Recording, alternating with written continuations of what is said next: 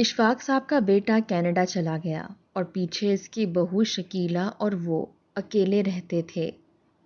کچھ دن گزرے تو شکیلا کے گھر والے بھی آ گئے اور وہ اشفاق صاحب کو سارا دن بیٹھنے نہ دیتے اور رات کو تھک کر بہو سے کھانا مانگتے تو کتے کے آگے پھینک کر کہتی جاؤ ان کے ساتھ جا کر کھا لو۔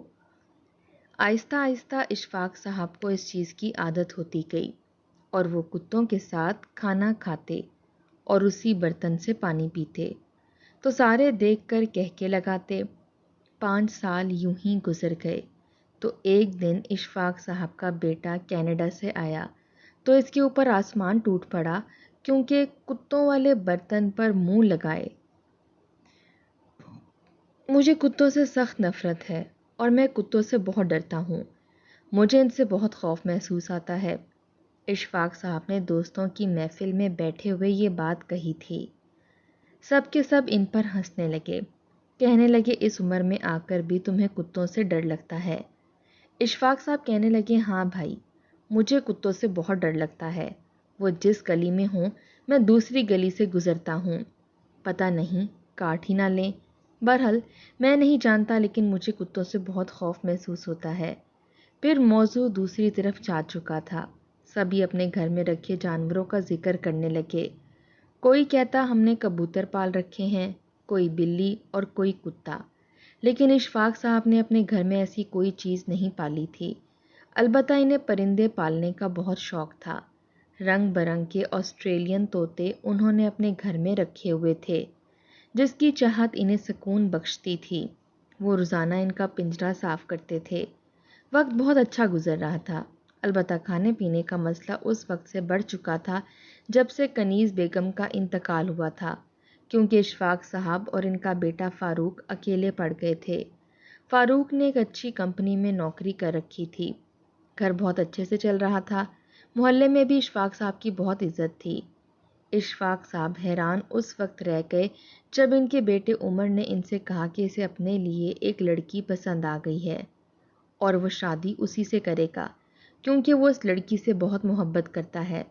یہ سن کر اشفاق صاحب کہنے لگے تم تو جانتے ہو میں نے بچپن سے تمہارے رشتے کے لیے زبان دے رکھی ہے، اپنے چھوٹے بھائی عبد الرحمن کی بیٹی کرن کے لیے۔ عمر کہنے لگا نہیں، مجھے کرن سے شادی نہیں کرنی، مجھے شادی شکیلا سے کرنی ہے اور میں اسے وعدہ کر چکا ہوں۔ اشفاق صاحب نے ماتھے پر بل ڈالے تھے، کہنے لگے تم ایسے کیسے کر سکتے ہو؟ تم بچپن سے جانتے ہو کہ تمہارا رشتہ میں نے کرن سے طے کر رکھا ہے، صرف تمہاری اچھی نوکری کرنے کا انتظار تھا۔ اب تو تم بس قابل ہو گئے ہو کہ میں تمہاری شادی کر دوں تو تم مجھے یہ کہہ رہے ہو کہ تم میری بھتیجی سے شادی نہیں کرو گے، شکیلا سے شادی کرو گے۔ کون ہے یہ لڑکی؟ وہ کہنے لگا میرے آفس میں کام کرتی ہے، مجھے وہ بہت پسند ہے۔ اشفاق صاحب نے عمر کو سمجھانے کی بہت کوشش کی لیکن اس کی ایک ہی ضد تھی کہ وہ شادی شکیلا سے کرے گا۔ اشفاق صاحب کہنے لگے کیوں تم بڑھاپے میں میرے بھائی کے سامنے مجھے شرمندہ کرنا چاہتے ہو؟ کرن کے ایک سے بڑھ کر ایک رشتے آئے لیکن میرے بھائی نے انکار کر دیا۔ جب وہ اپنے وعدے پر پابند ہیں تو پھر میں کیسے مکر جاؤں؟ کیسے کہہ دوں کہ میرا بیٹا زبان دے کر پھر گیا؟ لیکن عمر کی ایک ہی ضد تھی کہ اگر شکیلا نہیں ملی تو وہ مر جائے گا۔ اشفاق صاحب جب اپنے بھائی کے گھر انکار کرنے گئے تو چپ چپ سے تھے۔ عبد الرحمن نے انہیں گلے لگایا، کہنے لگا بھائی صاحب بیٹھیں، کافی مہینوں بعد آپ نے چکر لگایا۔ اشفاق صاحب کہنے لگے بس کیا کروں، وقت سے پہلے ہی اولاد نے بوڑھا کر دیا ہے۔ عبد الرحمن صاحب کہنے لگے ایسا بھی کیا ہو گیا، اب تو خیر سے عمر کی اچھی نوکری لگ گئی ہے، بلکہ میں اور سفینہ تو آپ کے پاس آنے ہی والے تھے، ہم کہنا چاہتے تھے کہ اب ہم کرن کی ذمہ داری سے بھی آزاد ہونا چاہتے ہیں، اچھا ہوا کہ آپ خود ہی آ گئے۔ یہ سن کر اشفاق صاحب سوچ میں پڑ گئے تھے کہ کس طریقے سے بھائی کا دل توڑیں، کس زبان سے کہیں کہ وہ انکار کرنے کے لیے آئے ہیں۔ عبد الرحمن کہنے لگا 1 مہینے کا وقت ڈال لیتے ہیں کیونکہ سفینہ نے تو سارا جہیز پہلے سے ہی تیار کر رکھا ہے اور میں چاہتا ہوں کہ جلد از جلد بیٹی کی ذمہ داری سے فارغ ہو کر ہم دونوں میاں بیوی عمرے پر چلے جائیں، بلکہ بھائی صاحب آپ بھی ہمارے ساتھ عمرے پر چلیے گا۔ اشفاق صاحب کہنے لگے میں تو تمہارے سامنے ہاتھ جوڑ کر معافی مانگنے آیا ہوں۔ یہ کہتے ہوئے اشفاق صاحب کی آنکھوں میں آنسو آئے تھے۔ یہ سن کر عبد الرحمن کہنے لگے، بھائی صاحب یہ کیا کہہ رہے ہیں آپ؟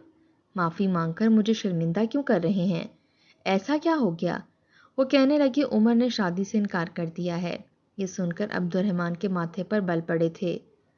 سفینہ بیگم بھی بول پڑیں کہ یہ کیا بات ہوئی؟ آپ نے بچپن سے میری بچی کا نام اپنے بیٹے کے ساتھ لگا رکھا تھا، کتنے اچھے رشتے آتے رہے اس کے، لیکن ہم نے اپنی بات کا پاس رکھا، اور اب آپ کہہ رہے ہیں کہ عمر نہیں مانتا؟ آپ تو ہماری بیٹی کو ذلیل کر رہے ہیں۔ اشفاق صاحب کہنے لگے، کرن میری بھی بیٹی ہے، میں کیوں اپنی بیٹی کو بدنام کروں گا یا ذلیل کروں گا؟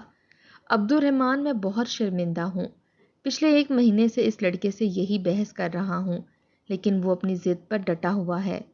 میرے کہنے پر اگر اس نے کرن سے نکاح کر بھی لیا تب بھی اسے تکلیف پہنچائے گا، اور کرن کو تکلیف میں دیکھ کر میں دوہری تکلیف میں آ جاؤں گا۔ میں اپنی بیٹی کے لیے خود بہت اچھا رشتہ ڈھونڈنے کی کوشش کروں گا۔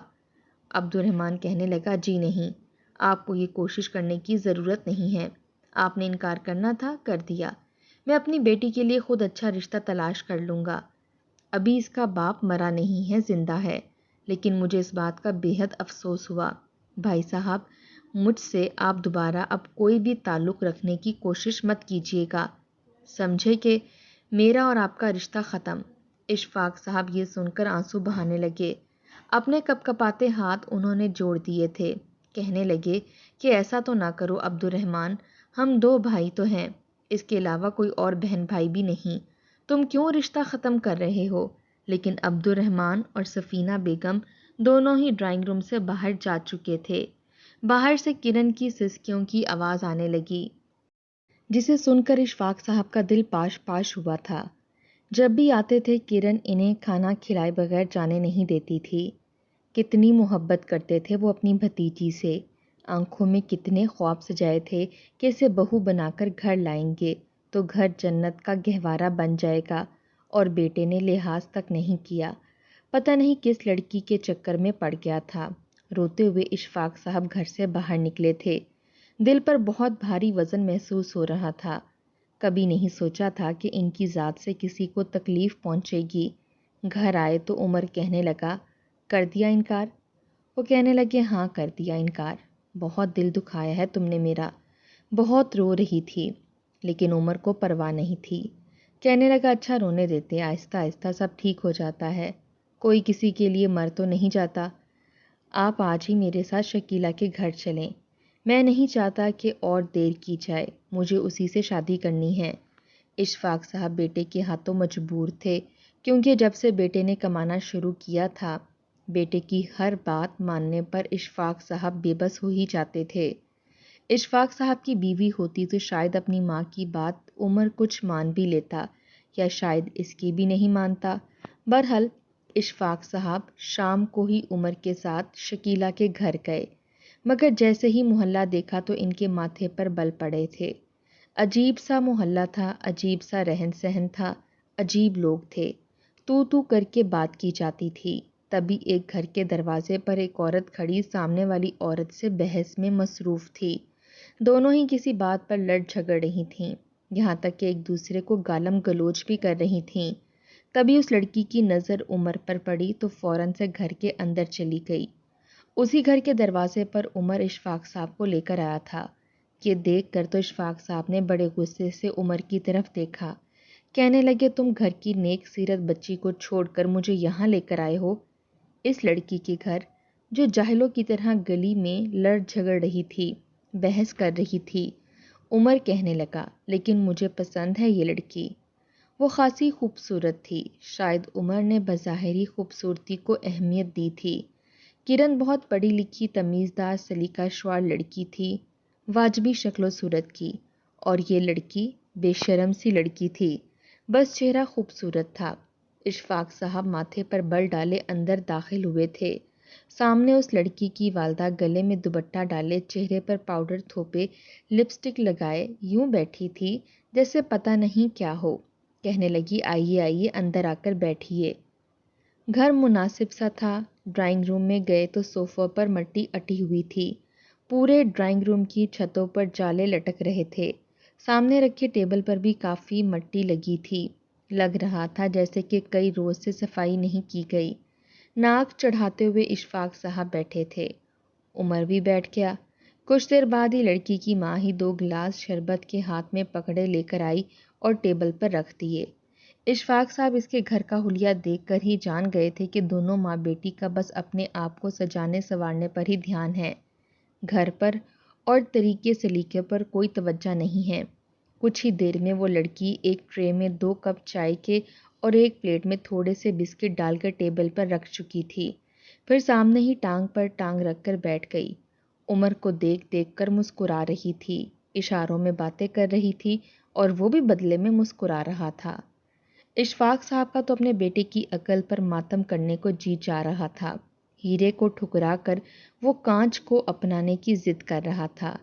لڑکی نے فل میک اپ کر رکھا تھا، بال کھلے ہوئے تھے۔ اشفاق صاحب نے تو ایک نظر ڈالنے کے بعد ہی دوسری نظر نہیں ڈالی۔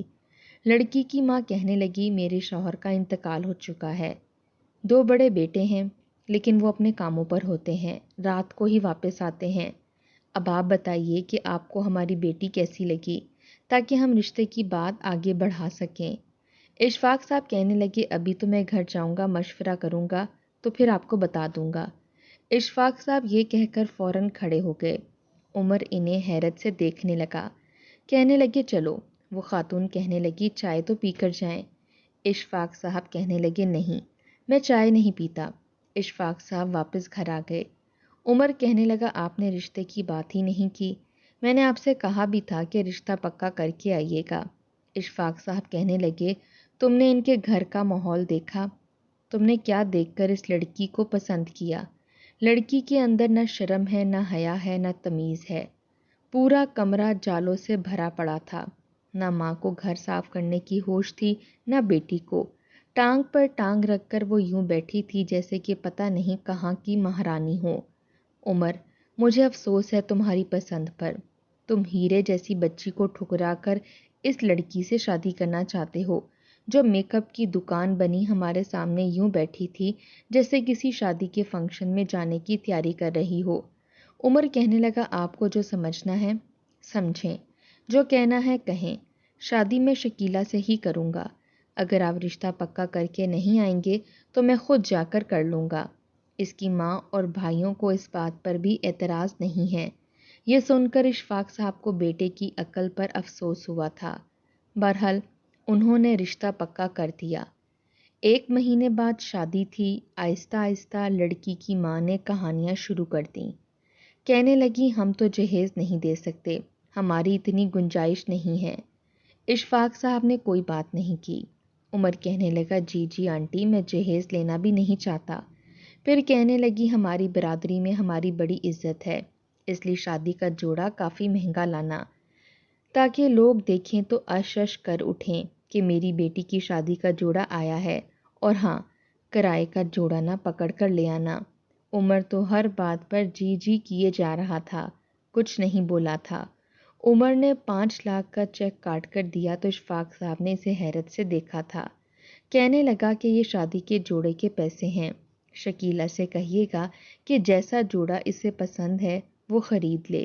بہرحال اس کی ماں نے بتیسی نکالتے ہوئے چیک پکڑا اور غور سے دیکھنے لگی۔ اشفاق صاحب اٹھ کر واپس آ گئے۔ کہنے لگے، تم اس لڑکی کو بہت سر چڑھا رہے ہو، ایک دن بہت پچھتاؤ گے۔ وہ کہنے لگا، کچھ نہیں ہوتا، شادی ایک بار ہوتی ہے، اب مجھے اپنی شادی اپنی خواہش کے مطابق کرنے دیں۔ عمر نے ساری جمع پونجی اپنی شادی پر لگا دی، اپنے سسرال والوں کی ساری فرمائشیں پوری کی تھیں۔ فرنیچر مہنگا خریدا تھا، کمرے میں موٹا قالین بچھایا تھا، اے سی تک لگوایا تھا۔ اشفاق صاحب تو یوں تھے کہ جیسے غیر ضروری چیز بن چکے ہوں، چپ چاپ بیٹے کو اپنی منمانیاں کرتے ہوئے دیکھ رہے تھے۔ شادی ہوئی تو اگلے روز دوپہر 2 بجے تو پہلے کمرے کا دروازہ نہیں کھلا تھا۔ اشفاق صاحب پورا دن اکیلے بیٹھے تھے، ناشتہ بھی خود ہی بنا کر کر لیا تھا، ملازمہ سے کام بھی کروا لیا، بلکہ بیٹے اور بہو کے لیے ناشتہ بھی تیار کروا لیا تھا۔ لیکن 2 بجے وہ لوگ کمرے سے باہر آئے تھے، ناشتہ کر کے پھر باہر چلے گئے۔ رات کو ولیمے کا بھی فنکشن ایسے ہی گزر گیا۔ 8 دن ہو گئے تھے روز بازار سے کھانا آتا تھا۔ اشفاق صاحب اپنے لیے تھوڑا بہت کچھ پکا لیتے تھے۔ 2 دن تو انہوں نے بہو کو بھی پکا کر کھلایا تھا۔ انہیں لگا شادی کے دوسرے دن عمر اپنی بیوی سے کہے گا کہ گھر کی ذمہ داری سنبھالے، لیکن عمر نے کچھ نہیں کہا۔ 8 دن گزرنے کے بعد اشفاق صاحب نے کہا کہ بیٹا اب کچن کا راستہ بھی دیکھ لو، اب گھر کی ذمہ داریاں بھی سنبھال لو۔ وہ کہنے لگی کیا مطلب ہے آپ کا بڑے میاں؟ اس نے نہ تو ابا کہنے کی زحمت کی، نہ ہی کوئی ادب لحاظ سے بات کی، یوں بات کر رہی تھی جیسے کسی غیر سے بات کرتے ہیں۔ اشفاق صاحب کہنے لگے بیٹا میں عمر میں تمہارے باپ کی عمر کا ہوں، تم اس کی بیوی ہو، اس ناطے سے تم مجھے ابا جی کہہ کر بلایا کرو۔ وہ کہنے لگی نہیں جی بڑے میاں، مجھے تو ایسا کوئی شوق نہیں ہے، اور رہی بات باورچی خانے کا رخ کرنے کی تو معاف کیجیے گا، مجھے کچھ نہیں بنانا آتا۔ میں نے تو پڑھائی مکمل کی اور جاب شروع کر دی، اور اس کے بعد میری شادی ہو گئی۔ آپ کو ملازمہ رکھنی چاہیے جیسے پہلے رکھی ہوئی تھی، جیسے وہ پکا رہی تھی وہ پکا لے گی۔ میرے لیے اپنے گھر کی روٹین خراب کرنے کی آپ کو ضرورت نہیں ہے۔ نہایت بدتمیزی سے اس نے جواب دیا تھا، اور عمر آگے سے مسکرانے لگا، کہنے لگا دیکھا آپ نے شکیلا کا اعتماد، بڑے اعتماد سے ہر بات کر لیتی ہے۔ اپنی بیوی کی بدتمیزی کو وہ اعتماد کا نام دے رہا تھا۔ اشفاق صاحب نے گہری سانس لی، کہنے لگے ٹھیک ہے، ملازمہ پکا دیا کرے گی۔ اس کے بعد تو اشفاق صاحب نے جیسے بات کرنا چھوڑ دی تھی۔ چند دن بعد ہی عمر کہنے لگا میں اور شکیلا مری سوات وغیرہ گھومنے جا رہے ہیں، 15 دن میں واپس آئیں گے۔ اشفاق صاحب کہنے لگے بیٹا تمہیں تمہارے آفس سے 15 دن کی چھٹی مل گئی ہے، ابھی تو تم نے شادی کی 8 دن کی چھٹیاں کی تھیں، تمہیں جاتے ہوئے بس چند دن ہی تو ہوئے ہیں۔ وہ کہنے لگا کچھ نہیں ہوتا، باس تھوڑا ڈانٹ لے گا تو ڈانٹ لے، اب کیا شادی کے دن بھی انجوائے نہ کروں؟ اس نے روکھا سا جواب دیا۔ اشفاق صاحب چپ ہو گئے۔ 15 کی بجائے 20 دن بعد جب عمر واپس آیا تو اس کے باس نے اسے نوکری سے نکال دیا۔ اب عمر پریشان بیٹھا تھا کہ کیا کرے اور کیا نہ کرے، کیونکہ نوکری چھوٹ چکی تھی اور ساری سیونگ اس نے ہنی مون میں ہی خرچ کر دی تھی۔ شکیلا کو خوب ساری شاپنگ کرائی تھی، اس کے گھر والوں کے لیے اسے اتنے سارے تحفے لے کر دیے تھے۔ اس لڑکی کو تو کوئی پرواہ ہی نہیں تھی کہ شوہر کی نوکری چھوٹ گئی ہے اور پیچھے خرچے کے لیے پیسے نہیں بچے۔ اشفاق صاحب کی پینشن آتی تھی، اس لیے انہوں نے بھی لاپرواہی ظاہر کی۔ عمر ان دنوں بڑا پریشان تھا، کہنے لگا ابا ابھی تک نوکری نہیں لگی، اور بجلی کا بل دیکھیں 25,000 آیا ہے۔ اشفاق صاحب کہنے لگے تو میں کیا کروں، میرے کمرے میں تو اے سی نہیں لگا، تم نے لگوایا ہے اپنی بیوی کے لیے تو بل بھی تم بھرو۔ وہ کہنے لگا کہ مجھ پر مشکل وقت آیا تو آپ میرے ساتھ اس طرح سے غیروں والی باتیں کر رہے ہیں، کیا میں گھر کی ضروریات پوری نہیں کرتا رہا؟ اشفاق صاحب کہنے لگے تم جانتے ہو میرے پاس پینشن کے پیسے بہت کم آتے ہیں۔ وہ کہنے لگا لیکن آپ خرچ نہیں کرتے ہیں، آپ کے اکاؤنٹ میں فی الحال پیسے ہیں، جب تک میری نوکری نہیں لگ جاتی خدا کے لیے گھر کا خرچہ تو آپ ہی کو اٹھانا پڑے گا۔ اشفاق صاحب کہنے لگے میں ملازمہ افورڈ نہیں کر سکتا، تمہاری بیوی کو کچھ پکانا نہیں آتا، اوپر سے اس کے بجلی کے بل میں نہیں بھر سکتا، ویسے بھی نومبر کا مہینہ شروع ہو گیا ہے، اس موسم میں تو جن کے کاروبار اچھے بھی چل رہے ہوں وہ بھی اے سی بند کر دیتے ہیں، تم اپنی بیوی کو نہیں سمجھا سکتے کہ تھوڑا فضول کے خرچوں پر کچھ دیر کے لیے پابندی لگا دے؟ ہر مہینے اسے ڈھیروں میک اپ خریدنا ہوتا ہے، آئے دن یہاں پر آن لائن میک اپ منگواتی ہے تو کبھی پیزے منگواتی ہے، جب پتا ہے کہ شوہر کی نوکری نہیں ہے تو گھر پر کچھ پکا لیا کرے۔ عمر کہنے لگا آپ سے 4 دن کی مدد کیا مانگ لی، آپ نے تو لیکچر ہی شروع کر دیا۔ ارے بیچاری اگر تھوڑے سے پیسوں کا پیزا منگوا کے کھا لیتی ہے تو اس میں کیا حرج ہے، کھانا بھی تو پیسوں کا پکتا ہے، مفت کا تو نہیں پکتا۔ مت دیں آپ پیسے، میں کسی سے ادھار مانگ لوں گا۔ اشفاق صاحب نے اسے 1 لاکھ کا چیک کاٹ کر دیا، کہنے لگے بس یہی جمع پونجی ہے میری، لو اسے بھی خرچ کر دو۔ انہی دنوں عمر نے باہر کے ملک اپنی سی وی بھیجی تھی، اسے کام کا تجربہ بھی کافی تھا، اس لیے اسے کینیڈا میں نوکری مل گئی، لیکن شکیلا نے عجیب ضد شروع کر دی کہ میں تمہیں اکیلے نہیں جانے دوں گی، تم میرے ساتھ کینیڈا جاؤ گے۔ میرا بھی ساتھ میں ہی ویزا لگواؤ۔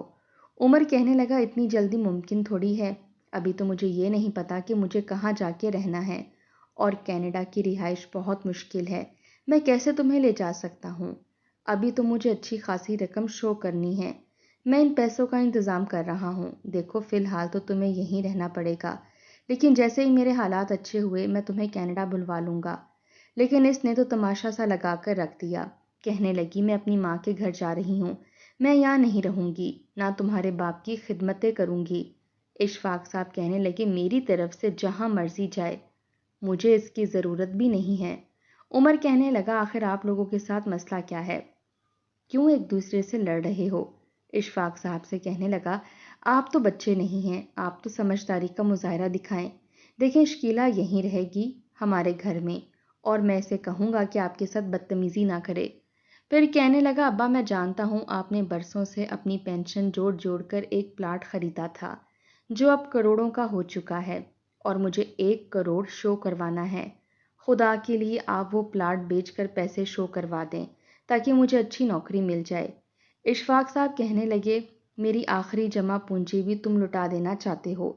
پائی پائی جوڑ کر میں نے وہ خریدا تھا۔ وہ کہنے لگا میں واپس کر دوں گا آپ کو۔ آپ کو کیوں سمجھ نہیں آتی؟ مجھے بھی پیسے شو کروانے ہیں اور کینیڈا جانا ہے، بہت اچھی نوکری مل رہی ہے مجھے، لاکھوں مہینے کی آمدنی ہے، اور سب آپ ہی کو تو بھیجوں گا۔ اشفاق صاحب نے بیٹے کی خاطر وہ پلاٹ بھی بیچ دیا، سارے پیسے عمر کے اکاؤنٹ میں ڈلوا دیے، وہ کینیڈا چلا گیا۔ پیچھے سے شکیلا روزانہ شام کو میک اپ تھوپ کر گلے میں دوپٹہ پہن کر اپنے میکے چلی جاتی اور رات کو اپنے بھائی کے ساتھ واپس آتی۔ اشفاق صاحب نے بھی توجہ نہ دی۔ ملازمہ آتی تھی، گھر صاف کر جاتی تھی، کھانا پکا کر جاتی تھی۔ اشفاق صاحب کا زیادہ تر وقت مسجد میں گزرنے لگا تھا، وہ اپنے ساتھیوں کے ساتھ نماز پڑھتے اور پھر دینی باتیں ہوتی رہتی۔ کوشش یہی کرتے تھے کہ زیادہ تر وقت عبادت میں گزرے۔ کبھی عصر کے بعد کلام پاک پڑھتے، تسبیحات پڑھتے اور عشاء پڑھتے ہی گھر واپس آتے۔ کھانا پکا ہوا ہوتا تھا، کھانا کھا لیتے تھے، لیکن ایسا بس 1 مہینہ ہوا۔ انہیں لگا تھا کہ عمر ان کے اکاؤنٹ میں پیسے ڈلوائے گا، لیکن پیسے عمر نے اپنی بیوی شکیلا کے اکاؤنٹ میں ڈلوائے اور شکیلا نے ملازمہ کو پیسے دینے سے انکار کر دیا۔ کہنے لگی آج کے بعد تم کام پر نہیں آؤ گی، اسے گھر سے نکال دیا۔ اشفاق صاحب کہنے لگے کیوں نہیں آئے گی؟ وہ کہنے لگی اس لیے کہ اس گھر پر اب میری مرضی چلے گی۔ اشفاق صاحب کی پینشن تک بند ہو چکی تھی، انہیں تو یہی تھا کہ عمر انہیں پیسے بھیجے گا تو وہ گھر کا راشن ڈلوا لیں گے، کیونکہ اب وہ بازار کا کھانا نہیں کھا پاتے تھے۔ وہ ملازمہ ان کے مطابق ان کا پھیکا سا کھانا بنا دیتی تھی، لیکن جب انہوں نے عمر کو فون کر کے پوچھا کہ تم نے میرے اکاؤنٹ میں پیسے کیوں نہیں ڈلوائے؟ میں نے تو اپنی ساری جمع پونجی تم پر لگا دی، تو کہنے لگا شکیلا سے مانگ لیں۔ اشفاق صاحب کہنے لگے میں کیوں تمہاری بیوی سے اپنی ضرورت کے پیسے مانگوں؟ تم مجھے الگ سے پیسے بھیجو، میں کیوں اس کے سامنے ہاتھ پھیلاتا پھروں؟ عمر کہنے لگا اب اس میں ہاتھ پھیلانے والی اور بھیک مانگنے والی تو کوئی بات نہیں ہے، آپ کو جس چیز کی ضرورت ہے آپ اس کو بتا دیں، وہ آپ کو پیسے بھی دے دے گی اور جو کہیں گے وہ بھی منگوا کر دے دے گی۔ ضروری نہیں کہ اگر آپ کی بھتیجی اس گھر میں نہیں آئی تو آپ شکیلا کی زندگی کو اجیرن بنا دیں۔ اشفاق صاحب تو عمر کی بات سن کر حیران ہوئے تھے، کہنے لگے میں تمہاری بیوی سے بات تک نہیں کرتا، اسے کچھ نہیں کہتا، وہ کہاں جاتی ہے کہاں سے آتی ہے کبھی پوچھا تک نہیں، اور تم کہہ رہے ہو کہ میں اس کی زندگی اجیرن بنا رہا ہوں؟ وہ کہنے لگا بس بس ابا رہنے بھی دیں، مجھے پتا ہے آپ کو اس بات کا بہت افسوس ہے کہ میں نے کرن سے شادی کیوں نہیں کی، اپنی پسند سے شکیلا سے شادی کیوں کر لی، آپ اسی چیز کا بدلہ شکیلا سے لے رہے ہیں۔ دیکھیں پیسے تو آپ کو شکیلا سے ہی ملیں گے، آپ کو جس چیز کی ضرورت ہے آپ شکیلا سے مانگیں گے، اور مجھے فون کر کے بار بار تنگ مت کیجیے گا۔ اشفاق صاحب کہنے لگے ایسا کرو میری زمین کے پیسے مجھے واپس کرو، میں کسی کے سامنے ہاتھ نہیں پھیلاؤں گا۔ اللہ کا شکر ہے اللہ نے آج تک صرف دینے والا بنایا ہے، میں نے آج تک کبھی کسی کے سامنے ہاتھ نہیں پھیلائے، پھر میں کیوں بہو کے سامنے ہاتھ پھیلاؤں؟ لیکن عمر نے فون بند کر دیا۔ اشفاق صاحب کو بہت غصہ آیا تھا، وہ شکیلا کو پکارنے لگے۔ جیسے ہی وہ اشفاق صاحب کے پاس آئی تو کہنے لگے کہ مجھے 20,000 کی ضرورت ہے، مجھے پیسے دو۔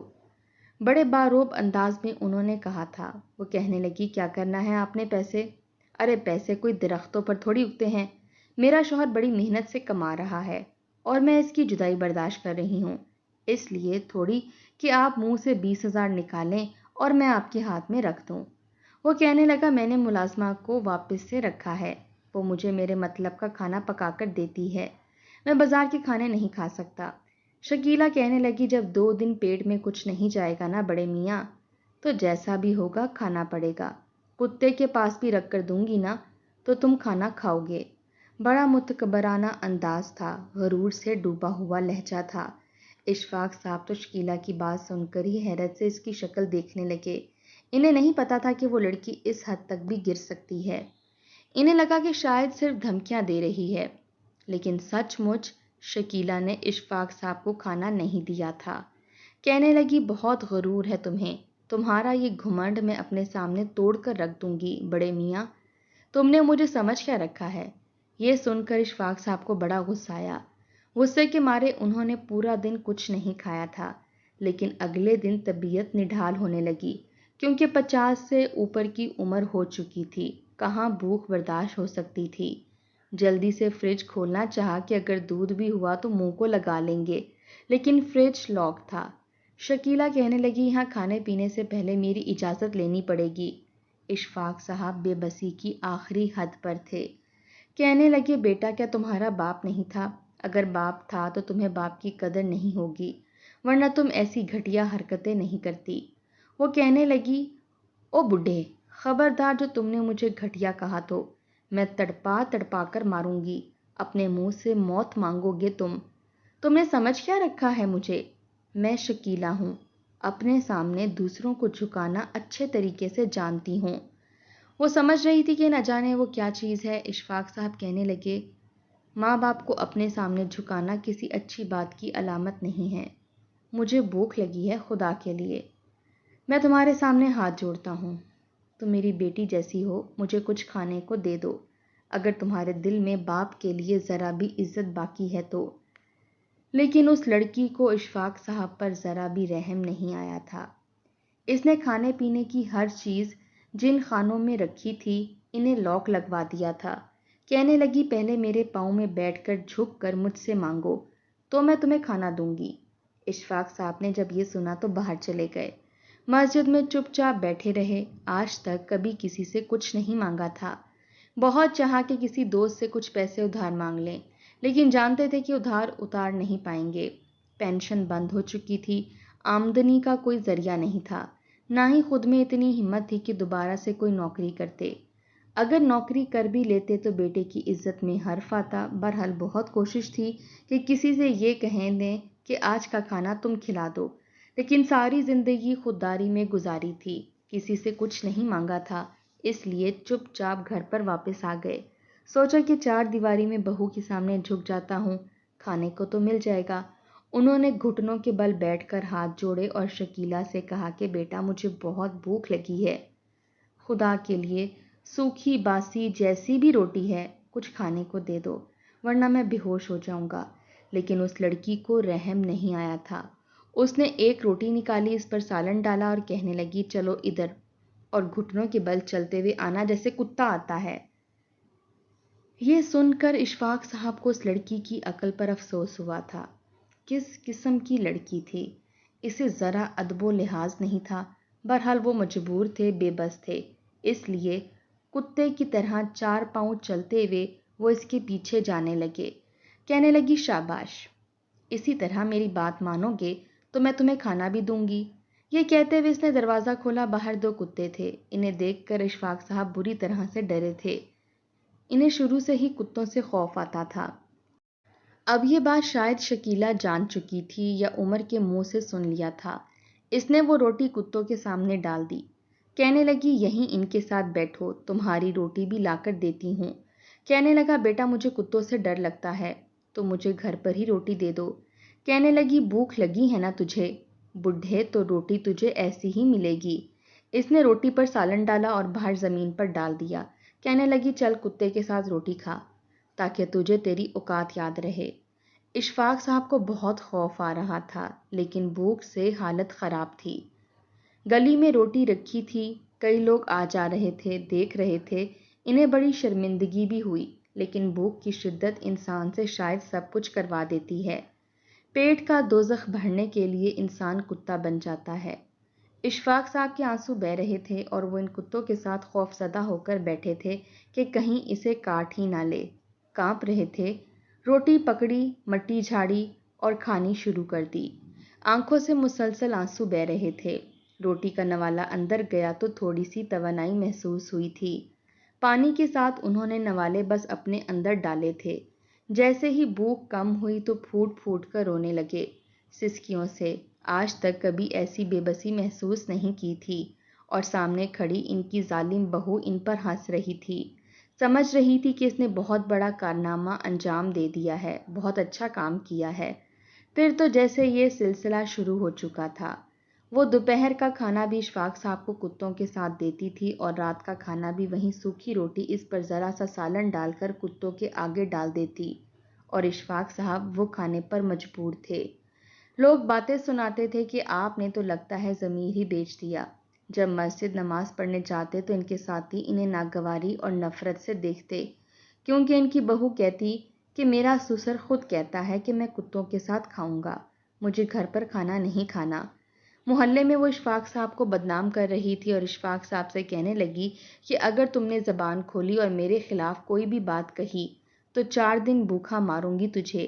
اشفاق صاحب رو رو کر اپنے لیے موت کی دعائیں مانگتے تھے۔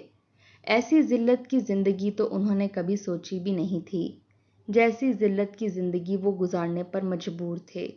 دوسری طرف عمر جس کمپنی میں کام کرتا تھا، وہاں ایک نوجوان پاکستان سے آیا تھا، کافی دیندار تھا۔ جب وہ فون پر اپنے باپ سے بات کرتا تو جی ابو جی، جی ابو جی، جی امی جی ایسے بات کرتا تھا جیسے کہ اس کا باپ اس کے سامنے کھڑا ہے، نظر ہی نہیں اٹھاتا تھا۔ عمر اسے دیکھ کر بڑا حیران ہوا، کہنے لگا کہ کیا بات ہے، تم تو باپ سے یوں ڈرتے ہو جیسے پتہ نہیں کیا ہو۔ وہ کہنے لگا ڈرتا نہیں ہوں، میں اپنے باپ کی ویسے عزت کرنا چاہتا ہوں جیسا ہمارے اسلام نے ہمیں حکم دیا ہے۔ میں نے آج تک کبھی اپنے باپ سے بلند لہجے میں بات نہیں کی، کبھی ان کے سامنے آنکھوں میں آنکھیں ڈال کر بات نہیں کی۔ جنت ایسے تو نہیں مل جاتی، یوں ہی تو نہیں کہہ دیا گیا کہ ماں کے قدموں کے نیچے جنت ہے اور باپ اس کا دروازہ۔ بنا دروازے کے جنت نہیں کھلتی، اس لیے جتنی عزت ماں کی کرنی چاہیے اس سے کئی زیادہ باپ کی کرنی چاہیے، کیونکہ اس نے ساری زندگی دوڑ دھوپ میں اپنے آپ کو جلا کر ہمیں سائے کے نیچے رکھنے کی کوشش کی ہوتی ہے۔ ارے ہم تو اپنے ماں باپ کے پاؤں بھی دھو کر پی لیں تو وہ بھی کم ہیں۔ باخدا اگر اللہ کے علاوہ سجدے کا حکم ہوتا تو میں اپنے ماں باپ کو کر دیتا، کیونکہ جتنی قربانیاں ماں باپ نے دے کر والدین اپنی اولاد کو پالتے ہیں، ان کی ضروریات پوری کرنے کے لیے اپنے عیش و عشرت کو بھول جاتے ہیں، قربانیاں دیتے ہیں، اولاد کی خاطر جان بھی دے دیتے ہیں، تو شاید کم ہیں۔ اس لڑکے کی باتوں نے جیسے عمر کی آنکھیں کھولی تھیں۔ یاد آنے لگا کہ اشفاق صاحب اور اس کی والدہ کس طرح سے اس کے بخار ہونے پر پوری پوری رات جاگتے تھے، کبھی دوائی دیتے تھے، کبھی سر دباتے تھے، کبھی گھوڑا بن جاتے، کہتے تم میرے اوپر سواری کر لو۔ حالانکہ تھکے ہوئے آتے تھے لیکن عمر کو پورا پورا وقت دیتے تھے۔ وہ ہنستا تھا تو ہنستے تھے، وہ روتا تھا تو اس کو سینے سے لگا کر اس کے آنسو صاف کرتے تھے۔ کہتے تھے کہ جب تک میں ہوں تب تک تمہیں رونے کی ضرورت نہیں ہے، لیکن جو رویہ وہ اپنے باپ کے ساتھ کر کے آیا تھا، اسے بہت افسوس ہو رہا تھا۔ 4 مہینے کے اندر اندر شکیلہ نے جتنی اس سے فرمائشیں کی تھیں اور روزانہ جتنی بدتمیزی سے اس سے بات کرتی تھی، اندر ہی اندر اسے افسوس ہونے لگا تھا کہ اس نے کس لڑکی سے جذبات میں آ کر شادی کری۔ اسے تو شوہر سے بات کرنے کی تمیز تک نہیں تھی۔ وہ تو صاف کہتی تھی کہ تمہارے باپ کے ساتھ میں وہ کچھ کروں گی کہ یاد کرے گا۔ آخر اس کی ہمت کیسے ہوئی ہمارے گھر پر آ کر ہمیں نخرے دکھانے کی؟ اس لیے عمر کا دل بڑی زور سے دھڑکا تھا۔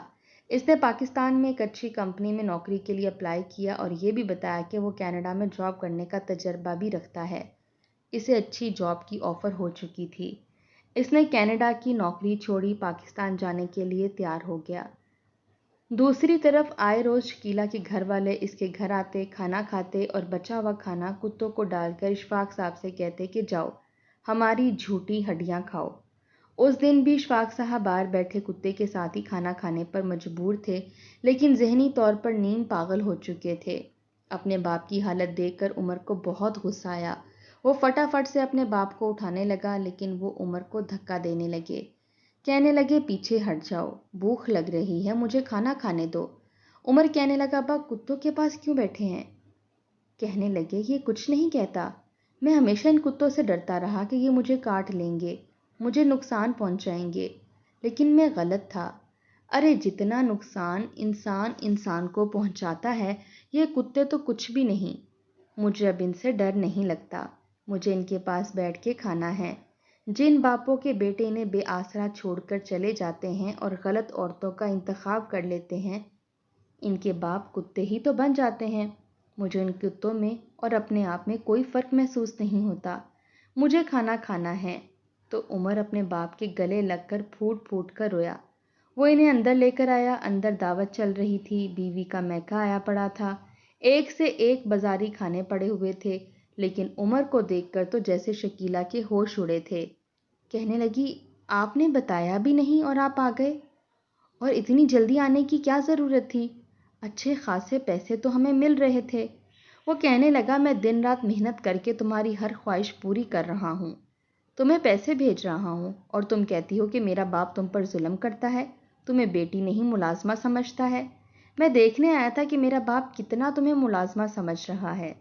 پھر کہنے لگا کہ میرے باپ نے میرے لیے صحیح انتخاب کیا تھا، لیکن میری آنکھوں کے سامنے تمہاری خوبصورت شکل کی پٹی بندھ گئی تھی، میں وقتی طور پر بہک گیا تھا۔ کیا حال کیا تم نے میرے باپ کا! کھڑے کھڑے اس نے شکیلہ کو طلاق دے دی اور اسے دھکے دے کر گھر سے نکال دیا تھا۔ اس کے گھر والے بھی حیران تھے۔ عمر نے ہاتھ جوڑ کر اشفاق صاحب سے معافی مانگی تھی، پھر ان کا علاج کروایا۔ 2-3 مہینے بعد ہی وہ کچھ نارمل ہو گئے تھے۔ پھر عمر نے ایک سمجھدار اور غریب لڑکی سے شادی کر لی جو اس کے باپ کی بھی عزت کرنا جانتی تھی اور گھر کو بھی سنبھالنا جانتی تھی۔ لیکن ابھی بھی عمر کو اس بات کا افسوس تھا کہ اس نے اپنے باپ کے ساتھ اچھا سلوک نہیں کیا۔ دوسری طرف بھائیوں اور بھابھیوں نے شکیلہ کے ساتھ وہی سلوک کرنا شروع کر دیا جو وہ کبھی اپنے سسر کے ساتھ کرتی تھی۔ پورا دن اس سے گھر کے کام کرواتے، اسے باتیں سناتے اور روٹی زمین پر رکھ کر دیتے اور کہتے کہ جو شوہر کے گھر سے دھتکار کر نکالی گئی ہو، اس کی اوقات یہی ہوتی ہے، اسے زمین پر ہی روٹی کھانے کو ملے تو وہ اپنی اوقات میں رہتی ہے۔ اب شکیلہ کو احساس ہو رہا تھا کہ اس نے کیا کیا تھا۔ وہ روتی تھی، پھوٹ پھوٹ کر روتی تھی، کہتی تھی اے اللہ وقت کا پہیہ پیچھے کو پلٹ دے، میں نے جو کچھ اپنے غرور اور گھمنڈ میں کیا میں اس کی تلافی کر لوں، لیکن وقت ہر بار موقع نہیں دیتا۔ وہ اپنے بہن بھائیوں کے رویوں سے نیم پاگل ہو چکی تھی، گلیوں میں پاگلوں کی طرح گھومتی تھی، کتوں سے چھین چھین کر کھاتی تھی اور کہتی تھی کہ مجھے میرے کیے کی سزا مل رہی ہے۔ اگر کوئی برائی کرنے سے پہلے یہ سمجھتا ہے کہ اس کے سامنے اس کے اعمال نہیں آئیں گے تو وہ غلط سمجھتا ہے۔